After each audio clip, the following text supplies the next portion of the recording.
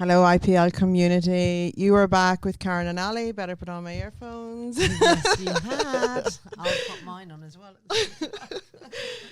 Oh my goodness, we are joined by two amazing guests who came in last minute, so thank you so much. The opportunity to have you guys come and join us today was too good to be missed. I was like, light bulb moment last night. I wondered would they be still around at 11 a.m. tomorrow, and you are, so thank you so much for joining us. I'm delighted to be here. Yeah, pleasure. So we're actually talking to Norman Jorgensen, did I say that right? And Jan Nicholls. Yes. And Norman, you're an author and lots of wonderful things, and Jan, you are the part of the Children's Book Council. So do you want to start by just introducing yourself so our listeners can get to know you better? I'm Norman Jorgensen. I've written about a dozen books, some picture books, and lately I've been doing adventure stories, primarily with reluctant readers, boys in mind. Yes. And Shipwrecks, wasn't it? We've seen it everywhere online, wasn't it? Yeah. So I wrote a book called The Smuggler's Curse, and the sequel called The Wrecker's Revenge, and it's historical novels, but I just pile on so much adventure that hopefully you can't stop reading them. And boys that don't like reading because they find books a bit dull. I'm trying to overcome that problem. Yeah. So important, isn't it? In this, I have two boys, but they're both avid readers. But history, it would be a real hook for my 16-year-old. He just loves history as well. Yeah, it's crazy. Yeah. Mine loves adventure, anything exciting, anything to do with pirates, the ocean, and yep. Definitely. You've got three boys. You've got to check out. Boys and stuff. Isn't it? Great. Yeah, and 9, 11, and 13. It's exactly who I write for. Yeah, there you go. My character's always 12. They never get any older. And they're always based on me, but a taller, better looking, braver version than I ever was. You go on an adventure in your books, don't you? Absolutely. It's wishful thinking. How long have you been writing for, Norman?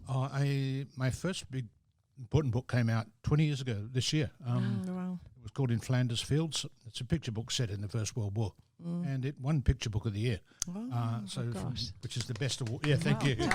The best award anyone in Australia can win, because from then onwards you're always referred to as award-winning writer Norman Jorgensen. Absolutely. It helps with the brand and career, doesn't it? Yeah. You get a big gold medal, a massive great gold medal. Yeah, beautiful. And Jan's been at me to win another one so she can get them made into earrings. Be like one of those African ladies with the elongated earlobes. That's right. Absolutely valid reason. Matching pair. I love it. So you do live the writer's dream. You know, if people look back, over your 20 years, it's like, wow, Norman's living the dream. But you put in the work, don't you? I do, yeah. I write all the time, constantly. We were talking about this yesterday at Kerry's event, about how people sometimes get disillusioned with writing. Like, it's just a book, you put it out, that's it. Yeah. No. If you're an introvert, you still need to be an extrovert at lunchtime. Yes. At lunchtime and from then onwards, because you end up doing this. Yes. Talking on the radio and TV. You get invited to festivals, and especially you have to go and talk in schools. And because it pays really well compared to your royalties. Royalties are $1.79 a copy, but you can get $400 or $500 for talking about yourself for an hour in the school, which is you can't turn any of those invitations down. No, pretty Absolutely impressive. Not. It's a bit like Hollywood, where you had to be the triple threat. You had to be able to sing and dance as well as act. Yes. And writers now, it's not just enough to write beautiful text or draw great illustrations. You have to promote yourself on social media, in public, at festivals. You have to be all things to all men. Yes, you do, Jan. Yeah, absolutely. And it's so important that people do understand that, but don't fear it as well, because it can be such an epic ride whenever you're going on it. I find it particularly good because I can try stories, potential stories out on the audience and see. I'll read and see if they all suddenly fall silent or they all start yawning, or I can adjust accordingly. And so keeping in touch with these other 12-year-olds like me is the inner 12-year-old. Yes. I bet you and Jan have so much fun. Not just the inner one either. Yes. But it is absolutely that, and like kids, it takes courage and bravery to write for kids, because they are the biggest critics, really. Yes. There's no... Yeah. They really don't hold tough. back. Yeah, people think, writing a kid's book must be easy, but I defy lots of people to try it. I mean, they reckon there's a book in everyone, but I haven't found mine yet. I keep hoping it'll come out. Jan, by I know osmosis. it's coming. It's brewing. It's brewing. Nora mentioned you're the reader. Yes. You love to read. Yes, I love to read. How many books did you read last year? 104. Wow. What Oh my genre? goodness. Oh, I like literary fiction, but I read a whole range of stuff. I like sci-fi and fantasy as well as modern contemporary fiction, and discovered loads of female authors this last year, which was great. Amazing. Superb. And being part of the Children's Book Council, I'm sure you've got 1,000 children's books you've read too. Yeah, and that's, I haven't written a book of my own, but I see my job as to promote other books written by other people, particularly Australians and West Australians. I mean, we have so much talent. She's such a cheerleader. You do amazing work. Love it. Doesn't she? She does amazing work. When I started 20 years ago, there wasn't that many children's book authors in the state. Me and Elaine Forrestal and Karen and Aly and Mark Greenwood. There's about the four of us. And so we started an organisation called Scribby, Society of Children's Book Writers and Illustrators. And 20 years later, we've now got 250 members. And about half of them have been published, which is amazing.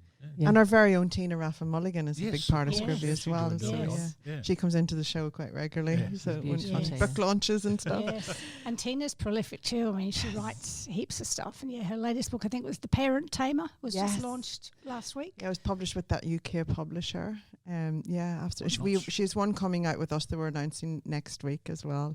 She's teamed up with Veronica Rook, so it's coming out. It's like a sequel to Friends, and it was our most popular book. Friends was. And Veronica was my illustrator as well for Yeah. Johnny the Leprechaun, and Right. she's such an astute Veronica's so fun. illustrator. She knows how to get into the mind of a child. She'll say it to my author.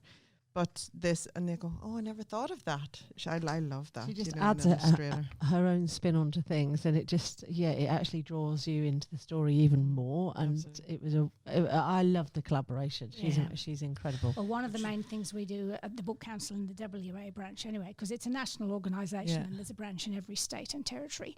And we run an event called A Night with Our Stars, which we love abbreviations and acronyms. So it's called ANWOS. Affectionately, it's A Night with Our Stars, and it's coming up on Friday the 18th of March.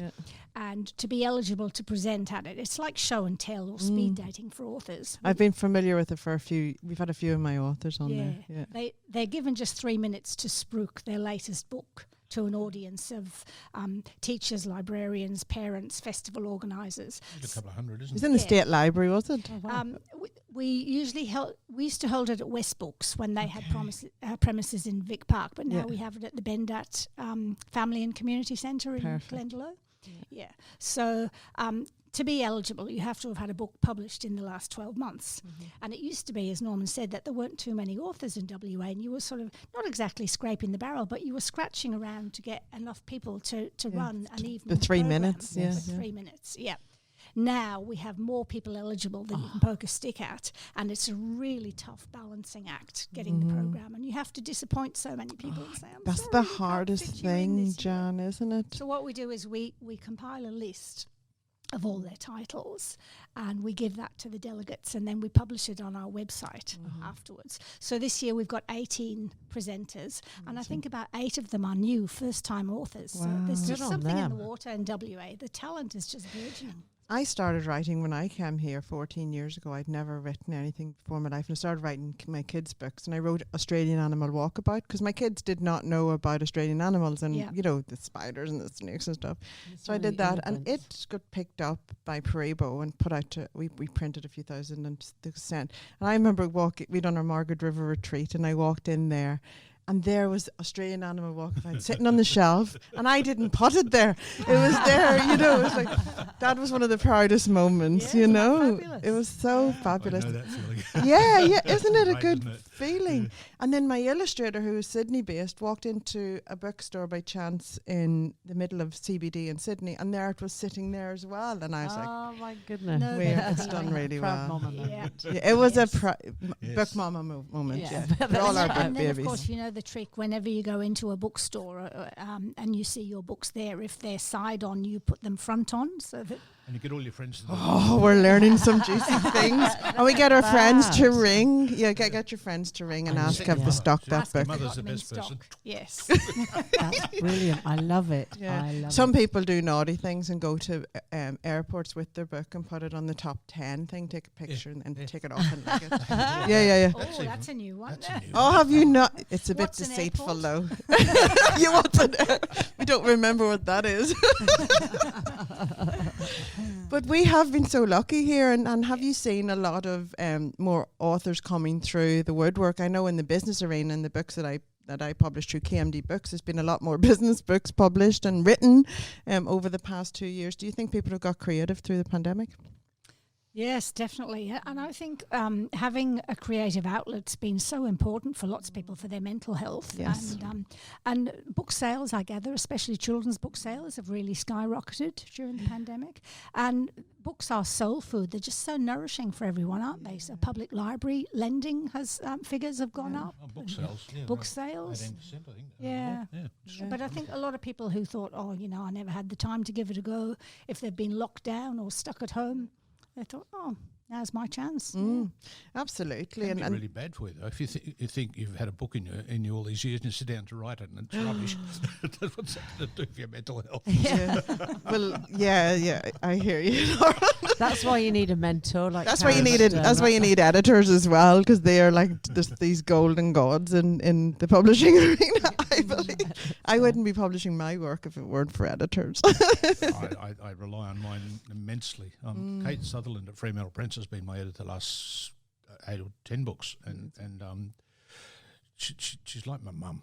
And won't let me get away with anything. Every comma goes in, and every exclamation mark, and then every so often in the column there'll be in bright red Norman exclamation mark underlined 10 times. Oh, that's a telling off, isn't it? If it's been too much of a naughty 12-year-old, it's exactly. back in the box. And she'll know I know what she means. It's hilarious. And that too, and your relationship with your editor, you do have to be very open and to be so meticulous with the words. But an editor can't write the books that you write because they don't have the imagination or the 12-year-old Norman in them to get the line. Oh, it's amazing. So can I ask, where can we, first of all, Jan, where can we find out more from about the Children's Book Council? So we have a website, so wa.cbca.org.au. Yeah, and all the information is on there. New members are welcome any time of the year, but we've got an AGM coming up in April. Always looking for members, aren't you? We're always looking for new members. We've got a Facebook page and we've got an Instagram account, so we're not hard to find. So Council, we'll hunt them down. Yes, definitely. You got 2 new members now. That's right, absolutely, 100%. Right. Yes. Absolutely. And you're more than welcome to come to ANWOS, Night with Our Stars, on Friday the 18th of March. It's a lot of That's wonderful. Yeah. Is that your birthday? Yes, it is. Well, the day after St. Patrick's Day, you see. Yes. Well, it's that important to you. It used to be a 2-day event in Ireland. It's a public holiday, isn't it? St. Patrick's Day in Ireland. Yes. Yeah, it is public You don't get the holiday. day after off, so That's yeah. right. But I So used when you to get have it booked off every year in advance. Not much happened on the second day, eh? Yeah, pretty No, much. whenever my birthday was on a weekend, it was interesting through my teens. But as I became a mum of 6, it's just not worth it the next morning. I haven't done it for a few years. I don't know. I think I recall a couple of years ago. Last year. Moving on. Norman, where can our listeners find you and all of your amazing I've got books? a website like all authors have. Just put Norman Jorgensen and you'll find me. Yeah. And Facebook and Instagram and all that stuff that we have to do. Yeah. And you're published through Fremantle Press. Yes. I have been. They've done most of my books. The ones are all in print at the moment anyhow. Yeah, amazing, isn't it? It's wonderful to be represented and have a publisher behind you. And it they've takes got a great publicity team as well, so they really push me. And I've got a brand new website, which is well worth looking at. And they've got hundreds of authors on their books. So they've founded some amazing talent. That's what I love. And it's whenever you get in through the door and you work hard and you show up and be that author that is, backs yourself, and then you get more book deals and more book deals. Tim Winton had his start there with Fremantle Press. Yes. Yeah. A.B. Facey. Yes. Albert Facey. Yes, that's right. Natasha Lester, remember she won that award there as well. Yeah. Natasha Lester. Oh yes, isn't she gorgeous? Yeah, And I love Holden Natasha. Shepherd, Invisible Boys, won the Tom Hungerford Award. Yes, He was yeah. a Fremantle Rising Press. Star. Yeah. That's right. Yeah. We adore that book as well in our home as well. God, amazing! Isn't it an amazing conversation, Aly? Oh, I just love it. I So love many just good being in books. this space, this energy space. Books and It's just babies is my incredible. life. Well, they're one and the same, I think. If you have a book, you've got another baby in your life. Yeah. It's another child. It needs that attention, that love, that care, that dedication, and Yes. and it's in your heart 24/7. It's not just in your head; it's in your soul. soul, I think. And so, it's an exciting journey as an author. And it's always so exciting to meet other people who are so passionate about books. You know, that was you can see it in their eyes, can't you, John? Yes, everyone in the room was on side and they're all bright-eyed. And that's it. We were just with our people yesterday at the My Little Bookshop. I want to give them a shout out again because our listeners are local. So get up to Rockingham Beach and get office. Just it's hiding in there. That's right. And get to My Little Bookshop and grab yourself some books. I come home with a big stack. Yes, and take some time. Yes. Yeah, take the time to really enjoy it. So make a special moment, and maybe bring the children in as well, because it is literally, I just think it's like Alice in Wonderland's magical place. It's incredible. But don't bring the kids and leave them in the bookshop while you go and do no, don't bring that. Somebody told me a little story yesterday. You send your kids to Nicholls and you go and have fun. Oh, thank you so much for joining us. We really appreciate you taking the time to drop by when you're in the area. And if you're back down here, please let us know. We're here on a Monday. So we'd love to have you come and join us. It was lovely to meet you both yesterday. Yes, amazing. Best of luck to Kerry with the bookshop. She deserves to do really well. It's fabulous. Yeah, you're going to see me stuck down there all the time. She's a people's champion, and we love to champion the people's champion. So I think that's she's the thing. incredible. You're also that as well, an advocate. Champions. We need advocates and champions behind authors to help them get visibility. Yeah. Right, we're going to go to Listen to Your Heart by Roxette.